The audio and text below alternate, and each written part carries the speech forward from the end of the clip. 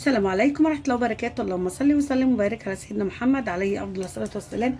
هنعمل مع بعض النهاردة النودلز الكوري، وجبة كده خفيفة لزوم جوع آخر الليل.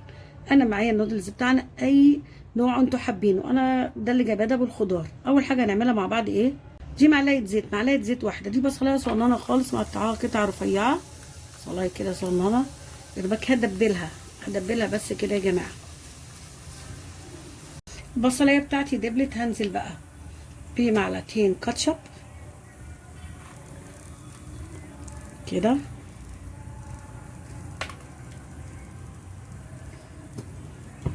عليهم معلقتين صويا صوص،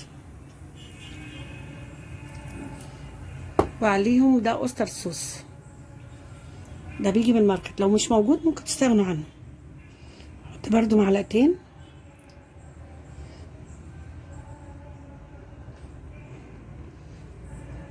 وهنحط معلقه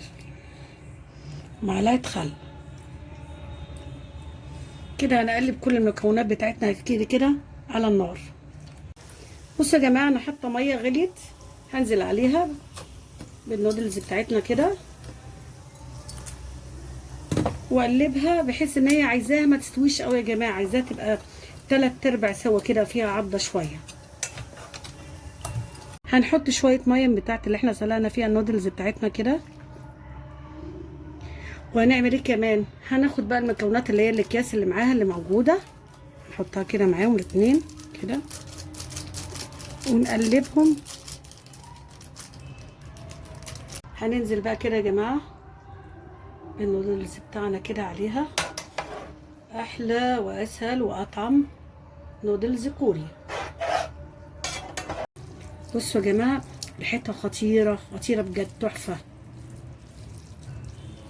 ده الشكل النهائي يا جماعه، وشايفين ما شاء الله بجد خطيره وتحفه.